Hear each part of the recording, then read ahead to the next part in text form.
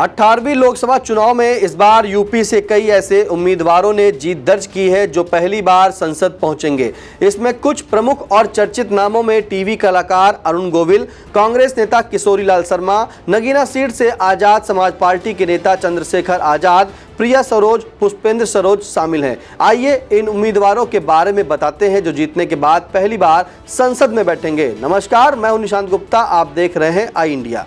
सबसे पहले बात करते हैं आजाद समाज पार्टी के चंद्रशेखर रावण की। चंद्रशेखर के तौर पर उत्तर प्रदेश में एक नया दलित नेता उभर कर सामने आया है।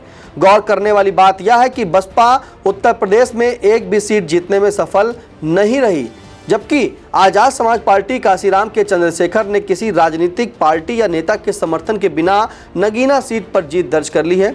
चंद्रशेखर ने नगीना आरक्षित सीट पर 1.5 लाख से ज्यादा वोटों के अंतर से जीत दर्ज की है।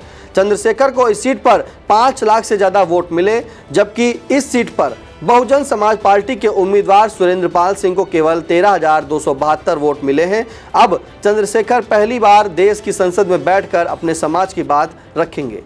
इसी तरह पश्चिमी उत्तर प्रदेश के हॉट सीट मानी जाने वाली कैराना लोकसभा सीट से सपा उम्मीदवार इकरा हसन पहली बार सदन में नजर आएंगी। इकरा ने कैराना लोकसभा सीट से 69,000 वोटों से जीत हासिल कर सबको चौंका दिया है। उन्हें कुल 5,80,013 वोट मिले हैं, जबकि बीजेपी प्रत्याशी प्रदीप चौधरी को 4,58,897 वोट मिले। बता दें, इकरा हसन मुजफ्फरनगर के प्रभावशाली हसन परिवार से ताल्लुक रखती हैं। उनके दादा, पिता और मां सांसद रह चुके हैं, जबकि बड़े भाई नाहिद हसन लगातार तीसरी बार विधायक हैं। इकरा हसन की शुरुआती पढ़ाई दिल्ली के क्वींस मैरी स्कूल से हुई, फिर दिल्ली के लेडी श्री राम कॉलेज से ग्रेजुएशन किया। इसके बाद दिल्ली यूनिवर्सिटी से LLB करने के बाद लंदन चली गई।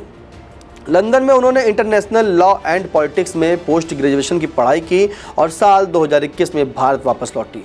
अब बात मछली शहर लोकसभा सीट से विजयी सपा प्रत्याशी प्रिया सरोज की। मछली शहर लोकसभा सीट से 26 वर्षीय प्रिया सरोज भी सपा सांसद के रूप में पहली बार सदन में अपनी पार्टी का नेतृत्व करती नजर आएंगी। प्रिया सरोज ने भाजपा प्रत्याशी व निवर्तमान सांसद BP सरोज को 35,067 मतों से हराया और करारी शिकस्त देते हुए जीत दर्ज की। मछली शहर लोकसभा सीट से सपा प्रत्याशी प्रिया सरोज को कुल 4,49,561 वोट मिले हैं, जबकि भाजपा के BP सरोज कुल 4,14,494 मत मिले। बता दें कि प्रिया सरोज पूर्व सांसद और वर्तमान विधायक तूफानी सरोज की बेटी हैं।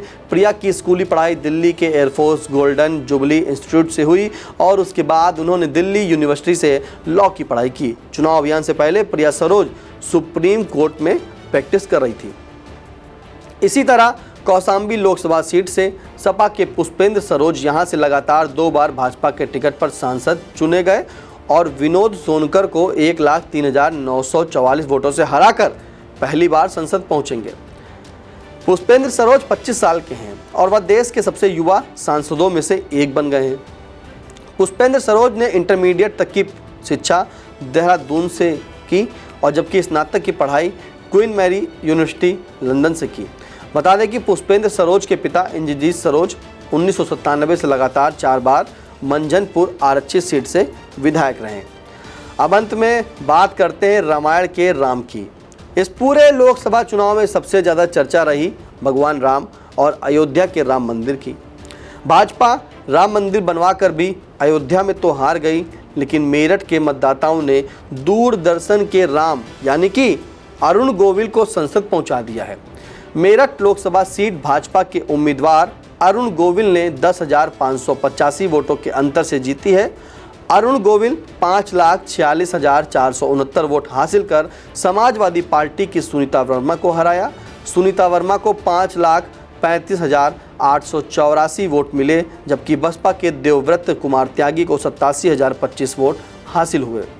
आपको बता दें कि यूपी में समाजवादी पार्टी 37 सीटें जीतकर प्रदेश की सबसे बड़ी पार्टी बन गई है, जबकि भाजपा ने 33 सीटें अपने नाम की है। आपको एक ऐसी खबर लगी, आप कमेंट के माध्यम से जरूर बताइएगा। और हाँ, आपके लिए महत्वपूर्ण जानकारी जुटाई थी आई इंडिया के संवाददाता अविनाश चंद्र मिश्रा ने और कैमरे के पीछे हसन गोगा।